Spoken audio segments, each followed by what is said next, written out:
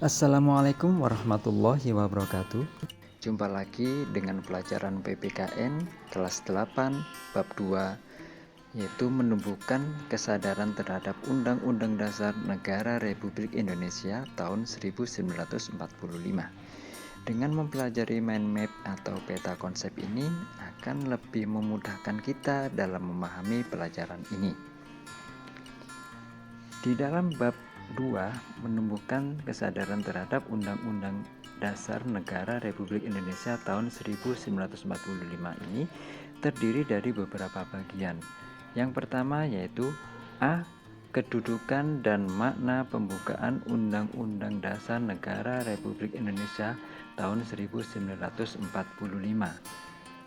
Yang pertama, kedudukan pembukaan Undang-Undang Dasar 1945. Undang-Undang Dasar 45 merupakan sumber hukum peraturan perundang-undangan dan hukum tertinggi dalam urutan peraturan perundang-undangan. Sistematika Undang-Undang Dasar 1945 sebelum amandemen yaitu 1. Pembukaan, 2. Batang tubuh atau pasal-pasal, 3. Penjelasan. Sistematika setelah amandemen yaitu 1. Pembukaan, 2. Pasal-pasal. Hubungan pembukaan dan proklamasi kemerdekaan. Alinea 1-3 merupakan uraian pernyataan kemerdekaan atau kalimat pertama dalam proklamasi. Alinea keempat merupakan tindakan yang harus dilakukan dengan pernyataan kemerdekaan atau kalimat kedua proklamasi. Jadi antara pembukaan Undang-Undang Dasar 1945 dengan proklamasi kemerdekaan mempunyai hubungan yang saling terkait. Pembukaan memuat pokok kaidah negara yang fundamental. Pokok kaidah fundamental dalam pembukaan Undang-Undang Dasar 1945. 1. Pokok pikiran yang diwujudkan dalam pasal-pasal. 2. Pengakuan kemerdekaan hak segala bangsa. 3. Cita-cita nasional. 4. Pernyataan kemerdekaan. 5. Tujuan negara. 6. Kedaulatan rakyat. 7. Dasar negara. Makna alinea pembukaan Undang-Undang Dasar 45. Alinea yang pertama menunjukkan keteguhan dan tekad bangsa Indonesia. Alinea kedua menunjukkan ketepatan dan ketajaman penilaian bangsa Indonesia. Alinea ketiga memuat bahwa kemerdekaan didorong oleh motivasi spiritual. Alinea keempat memuat prinsip-prinsip negara Indonesia.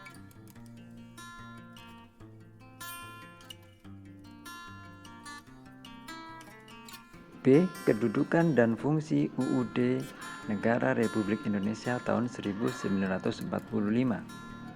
Terdiri dari dua bagian yaitu kedudukan dan fungsi Undang-Undang Dasar 1945. Undang-Undang Dasar 1945 berkedudukan sebagai sumber hukum dan merupakan hukum dasar yang menempati kedudukan tertinggi. Sifat dan fungsi UUD 1945. Sifat Undang-Undang Dasar 45 yang pertama adalah tertulis. 2. Singkat dan supel.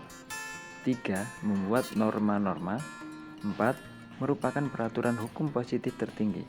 Fungsi Undang-Undang Dasar 45. 1. Sebagai alat kontrol. 2. Sebagai pengatur. 3. Sebagai penentu. C. Peraturan perundang-undangan dalam sistem hukum nasional.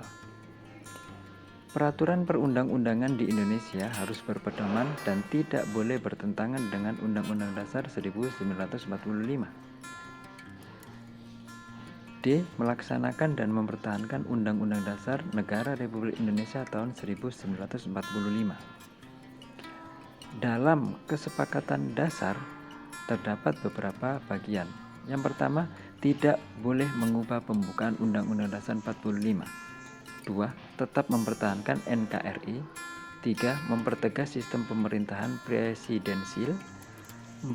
Penjelasan Undang-Undang Dasar 45 yang normatif akan dimasukkan ke dalam pasal-pasal.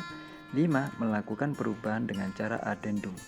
Demikian uraian singkat mengenai pelajaran PPKN kelas 8 bab 2 yaitu menumbuhkan kesadaran terhadap Undang-Undang Dasar Negara Republik Indonesia tahun 1945. Semoga bermanfaat.